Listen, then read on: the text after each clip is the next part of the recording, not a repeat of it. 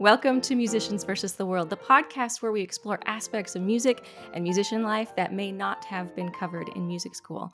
And today we are going to talk about the importance of collaboration. And as musicians, we talk about collaboration all the time. We talk about playing duets in chamber ensembles, in symphony groups, but we're actually going to talk about collaboration from a business standpoint and from an entrepreneurial standpoint, and why it's important for us as independent musicians to collaborate and to join associations with other musicians. And in order to talk about this, I invited my good friend and colleague, Amy VanderLugt, and she is just an expert on collaborating. I've never seen anyone do it the way that she does and make relationships the way that she does. And so I'm just excited for her to come and share her experiences and her stories with us. So let me tell you a little bit of background about Amy. She is a much sought after pianist and piano teacher in the Atlanta area. She is a nationally certified teacher of music through the Music Teachers National Association and holds a bachelor's degree in music from Oral Roberts University and a master's in piano pedagogy from the University of South Florida. Over her 30-year career as a piano teacher, she has served on a variety of executive boards in both the local and state organizations. She is currently serving on the executive board of the Georgia Federation of Music Clubs as treasurer and as president of the North Fulton Music Teachers Association. I'm just so pleased to have her. So Amy, thank you so much for being here and welcome to Musicians versus the World. Thank you so much for inviting me. I'm excited about getting to chat with you for a while. Yes, I'm excited too. We've known each other for a couple of years, and we actually met in one of these professional organizations that now you are president of. Yeah, through North Fulton Music Teachers Association. That's so right. Would you mind, for our listeners, would you mind explaining a little bit about what NFMTA is and what your job as president is? North Fulton Music Teachers, or NFMTA, is our local Atlanta area Music Teachers Association. In order to join North Fulton Music Teachers, you first join Music Teachers National Association, or MTNA. And from that, when you join that, you automatically become a member of Georgia Music Teachers and then your local North Fulton Music Teachers. And I am currently president of about between 80 and 90 local area music teachers. And I'm very excited. I'm just going to facilitate the meetings, ensure that our festivals are run properly, that we have wonderful speakers come and teach us a few things once a month. And I'm so excited to have this job. I've lived in North Fulton area for 23 years, and I'm primarily a mom. And this is the first time I've actually said yes to serving as president. My first and foremost important job has been being a mom, and I am a newly empty nester. And so I'm looking forward to serving in a bigger way. Mm-hmm. Yes, and you have just jumped right in, because before this, you were in charge of one of the festivals that NFMTA puts on for its members. And I think that's an interesting thing for us to talk about is some of the benefits of having all of these independent music teachers working together in a way. Because like most musicians, music teachers are very, very often independent. We're entrepreneurs. We run our own businesses. We're small business owners. And what are some of the things and the benefits that you have seen from joining with others in this association? So you are exactly right. We do work independently. And for the most part, we're with young children. And we spend our afternoons and our evenings with young children, and very often their parents also. But it is a special privilege to get to meet with other professionals like we are. And it's just so much fun to get ideas from other teachers, to learn from them, and to have a project that together we can accomplish putting on. We have some big projects that we work on in North Fulton Music Teachers.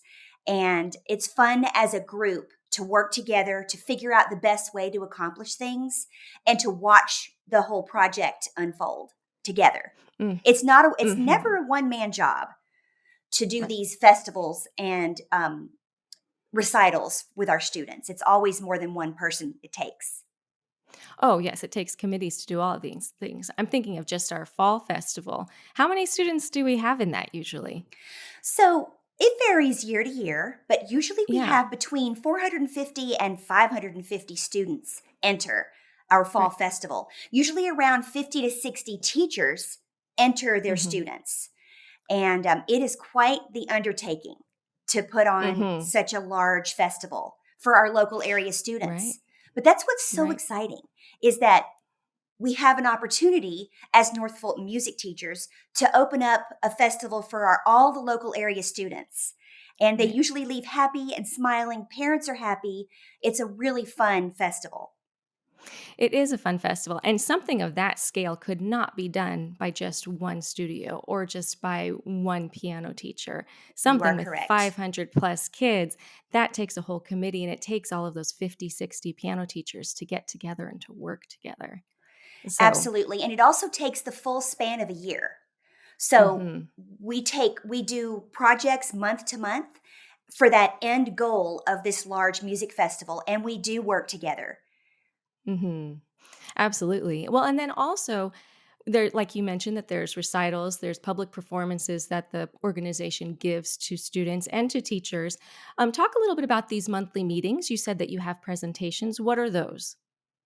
So on my board, I'm president. On my board, we have VPs of memberships, we have VPs of programs, we have treasurers, we have the full board. And I have a program chairman. Her name is Dr. Nancy Elton currently, and she and I have been working together to plan various speakers throughout this next year.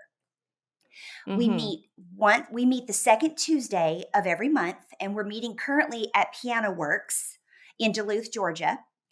And we book and hire a speaker to come and speak for 1 hour to our monthly Tuesday morning meetings. Mm-hmm. And so that really is a continuing education thing for our teachers.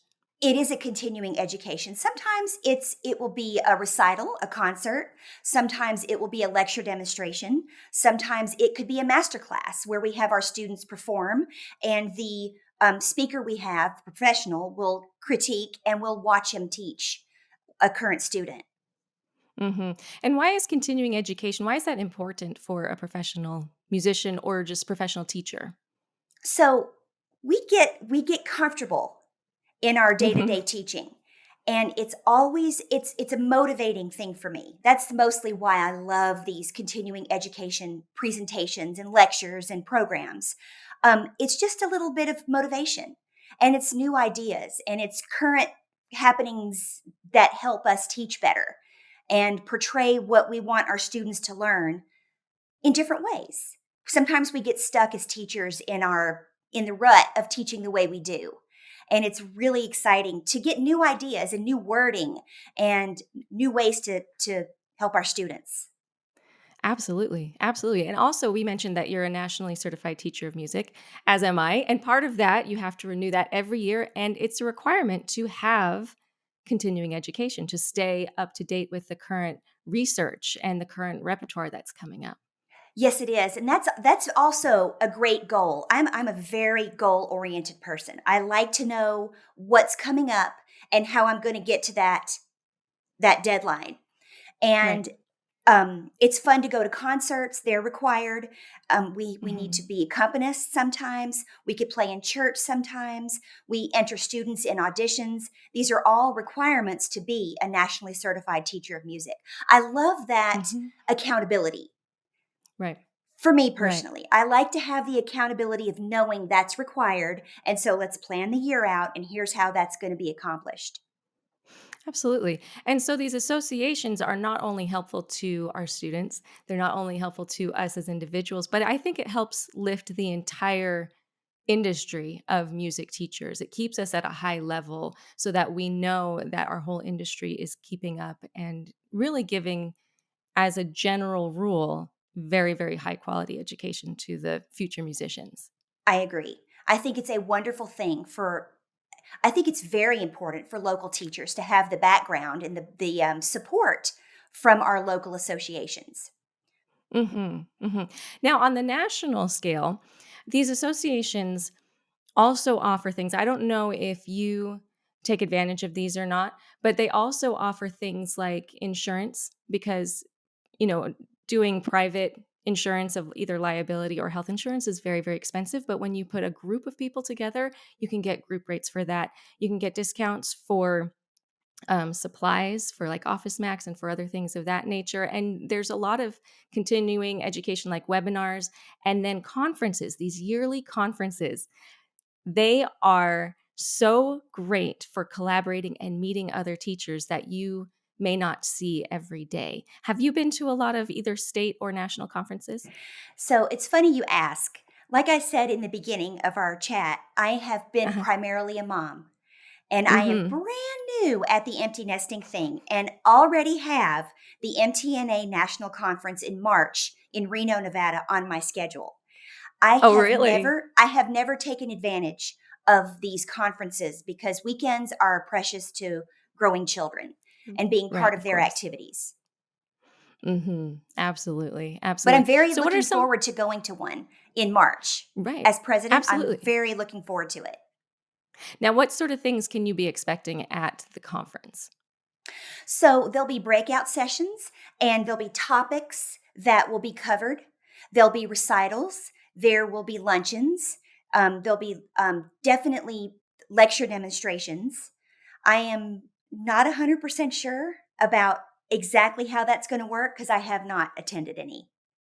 Right. But that's what you are looking forward to anyway. Absolutely. So great. So now, as you were talking about how you've been a mom and you kind of took a little bit of a break from the associations. You were still teaching while your kids were young, but as far as getting involved in these associations, as you became an empty nester, how did the NFMTA and the Federation of Music Clubs, all of those things, how did that get you kind of back into the swing of full-time teaching? Were they helpful at all? So I really love meeting with colleagues. I love Mm-hmm. to be with people like minded who are doing the very same thing I am. Mm-hmm. And I actually stayed a member. I've been a member of MTNA since 1990 and always kept Mm-hmm. up that membership.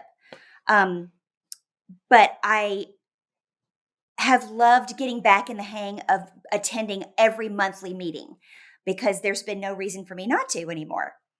And I have gotten more involved. I've been treasurer for a couple of years.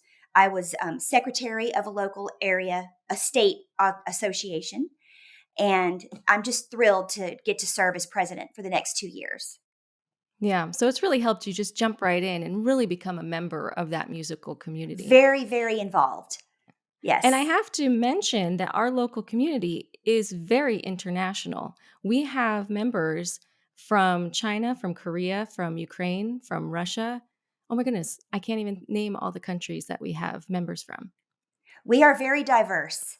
And Yeah. it makes it a special meeting because everyone brings something different to the table. Mhm. We actually have planned a roundtable discussion for our group in January for our January meeting where everyone will be bringing a 3 or 4 minute idea, their favorite idea to discuss as a group. We won't have a presenter that month. We'll just be a roundtable discussion to share great ideas. I'm very excited about that. Right, because we have such excellent caliber teachers in that We group. do. So before we talk about more of a personal matter about collaborating and working with other people, and because I want to get to you're so good at working with people, I want to get some of your tips on that. But I want to open this up just a little bit because it's not just piano teachers who are benefiting from these associations. Performers also benefit from associations. Um, not all of them are going to be meeting monthly and have continuing education. That's a specific need that music teachers need. They need that continuing education in order to give their service the best. But there are associations for performers and there's associations for church musicians, for choral directors. And I just wanted to throw this out there so that people who aren't necessarily music teachers realize that this also applies to them as well. Um, the statistics say that artists are 3.6 times more likely as other workers to be self-employed. So you graduate from college and you want to become a performer, you want to become a musician, and you're just there and you kind of feel like this lone wolf, and you don't have to be that way. So I just want to list a couple of these organizations that are available to other musicians outside of music teachers. The first and probably biggest one is American Federation of Musicians, and that's a union. And they do have local chapters, and what they do is they collect together, and their biggest job is to coordinate collective bargaining rights. So musicians who are part of that union are agree to have a certain pay scale that they will work for, or if they hire union musicians, they will pay for them at that union scale. They offer insurance, provide pension, and give lots of advice and support for performing musicians.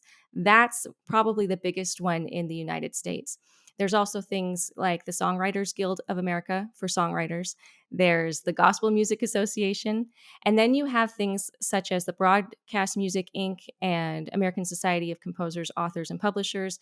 Those are a little bit more hands-off, but they do help independent musicians get paid for the music that is played on radio or in bars or anything like that. They help people get their royalties. So I just wanted to throw that out there because I don't want listeners who are like, oh, I'm not a teacher, think that this doesn't apply to them, because these professional organizations are helpful, and there is one for absolutely everything. There's even one for collaborative pianists, for pianists that are accompanists. Like, they have their own association. Like, there's association for anything. You just have to Google it and you'll find it. But in the show notes, I'll have links to a lot of these different ones so that the musicians who are listening to this will have resources and they'll be able to find those things. So that's just my little plug there, Amy. Thanks for being patient as I said that. That's awesome. That's great information. I love that. Yes. So I want to talk about the personal aspect of collaboration, because people are people.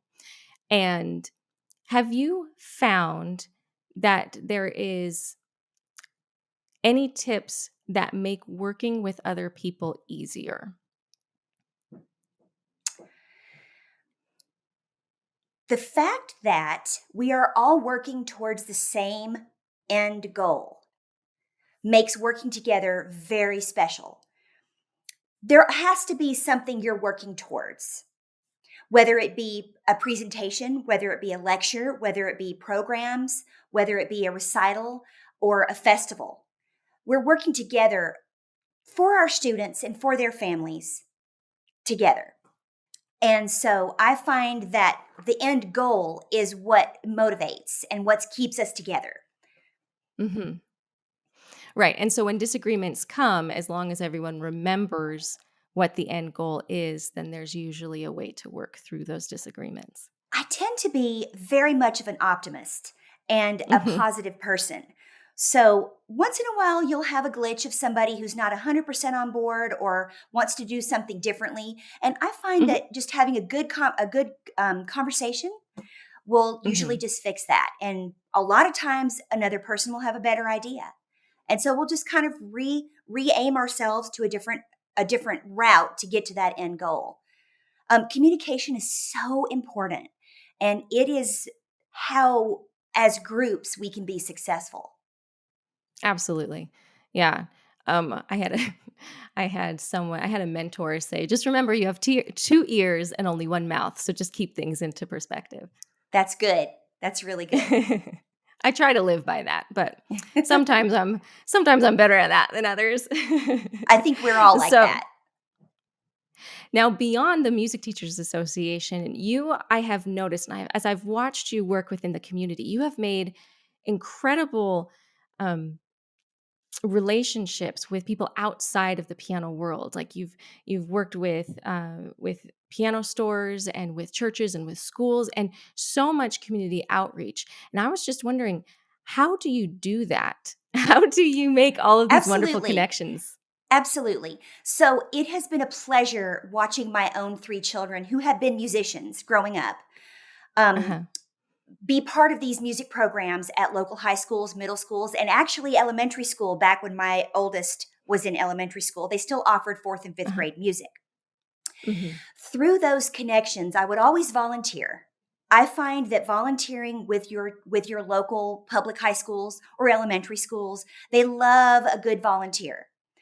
Um, that has made great connections. And actually, it's interesting because people know me in this area since I've been here for 23 years. My name has been dropped here and there, and it's opened the doors for me just because I have I've made lots of contacts over the years, and a very great door opened for a new location for our coming up local fall festival because of the connection I had to Milton High School's choir director. He knew that I'm full of integrity and I'm an honest person, and they of course wanted to open the door to allow us to use a local church. So I feel that Hmm. contacts, just as you're conducting your weekly life, is huge. Hmm.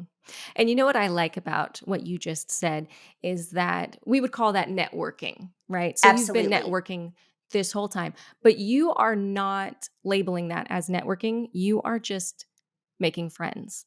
And so Exactly. they know you to be that person of integrity because you're not just talking to them because they may be important someday. You are connecting with them as a person, and then things come up and you're the person that they think of because they like you. It's true. I'm so blessed. I feel so lucky to be in this area for this long. And the contacts and the people I've met along the 23 years I've been here are wonderful. And it's all music connections because that's what my whole life has been. Right. Mhm. Right. So what do you think is the most important thing about having those contacts? Now, I know you said that you've had doors open up, but is there any other reason to talk to people outside of your own instrument?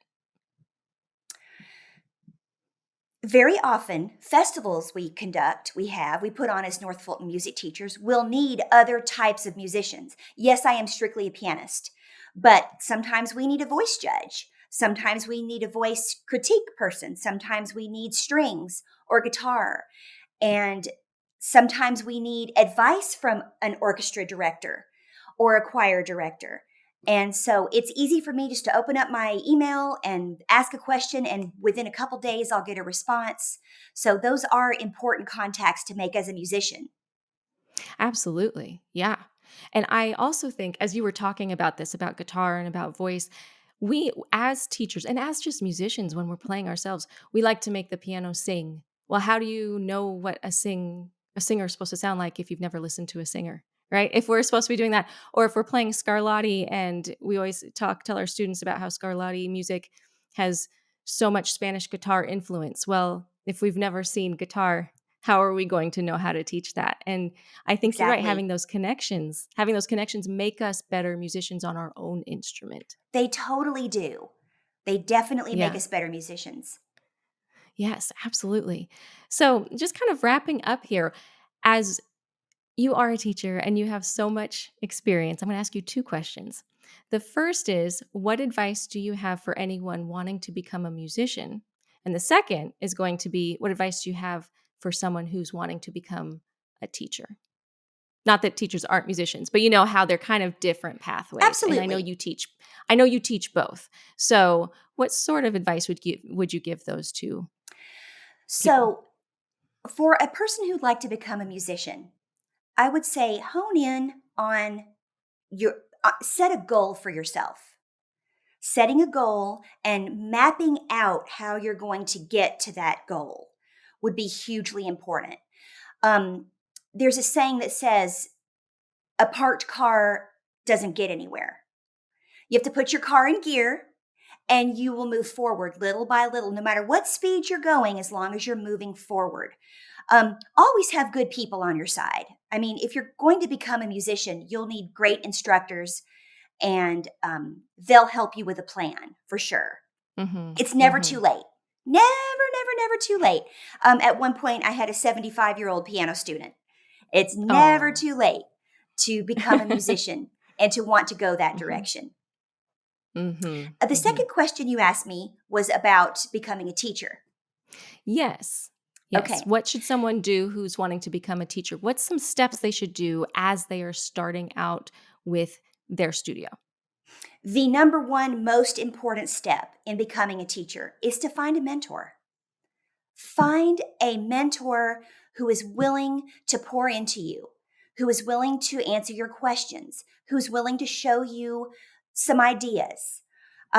Definitely join your local, your state, and your national music teachers associations. They're a wealth of information.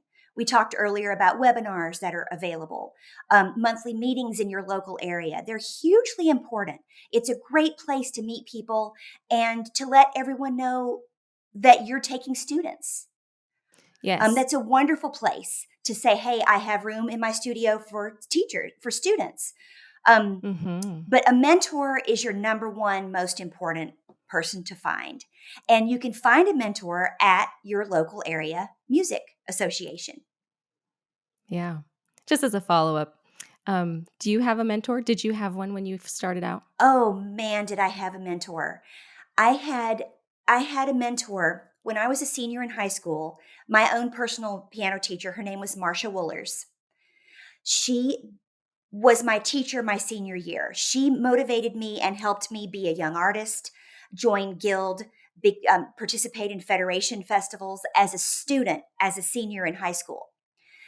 4 years later, when I graduated from college, I went back to that high school and taught with her for 3 years. So I was a teacher in a private school during school hours, and she became a wonderful mentor for me. She taught me how to teach. She taught me how to write up policies. She taught me the importance of running on time. She taught me the importance of communication with students' parents, because that's part of the Mm, triangle that creates a successful student is the right. relationship between the student, the parent, and the teacher. Together, the Correct. three of us will make a successful partnership. Mm-hmm. Um, what I'm more excited about today in my life is mentoring. I Yes. love to mentor new and upcoming teachers. Mm-hmm. I'm so good at it. I have so many years of ideas and creative ways to motivate students. And I really love being a mentor. Mm-hmm. You're a very good mentor too. I love it, and I'm so excited about being in charge of North Fulton music teachers, because just little tidbits of ideas in each meeting I hope creates a wonderful committee and group of teachers together. Well, Amy VanderLugt, thank you so much for being here. I just admire you so much, and I love what you're doing at North Fulton Music Teachers Association. And you are just a wealth of knowledge and of enthusiasm. And I really appreciate you coming and talking with me today all about collaboration and networking for independent musicians. So thank you. Christine, thank you so much for inviting me. It was a pleasure to talk to you about some things that I am fully, wholeheartedly loving doing right now. Thank you for having me. It was such a pleasure.